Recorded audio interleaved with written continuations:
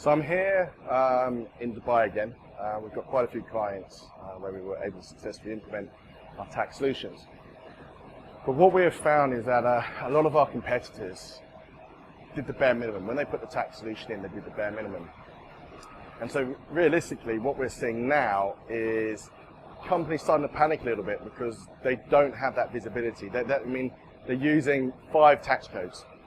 If you want to do a proper tax reporting and be able to be compliant, not just to be able to submit your tax return, but to have the information to be able to properly analyze and to make sure that the data you're submitting is correct, you need much more than just 3 to 5 tax codes. Our solution, as does one of the major third-party tax engines in the region, we have around about 200 tax codes. Now, admittedly, that's because we split it by the different Emirates. So if you look by Emirate, you're looking at up to 30 tax codes to really be able to get the right information to be able to do your tax returns. And the reason why I'm standing here, and I do apologise for the background noise, but behind me is an image of Dubai. An image that not many people are probably familiar with, because you're used to seeing the developed buildings and lots of things going on. But in the background here, this is what Dubai was before. This is an area of Dubai that is under development, but there's a huge amount of potential still yet to come. And that's pretty much what a lot of the tax solutions that are actually available at the moment or being used by a lot of companies out there, they have a very basic tax solution, something like we see behind me now, in terms of the capabilities, the development, and what they're actually using, i.e. very, very basic, very minimal, with a huge amount of potential.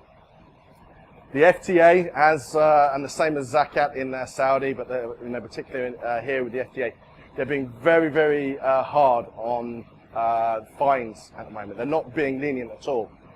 And I actually think this is a really, really good thing. A lot of other countries will be used to having almost like a soft landing or a softer approach. You know, oh, try harder. You know, if you can submit your tax returns or try next time to do this, we'll let you off now. They're almost taking a zero tolerance approach here. And I think that's really, really good, because if you allow people or companies to be lazy in what they do, they will be. They would take the shorter route or they do the less work, providing they can get their job done. So by setting these standards at a very high level right away, companies are going to have to adhere to them.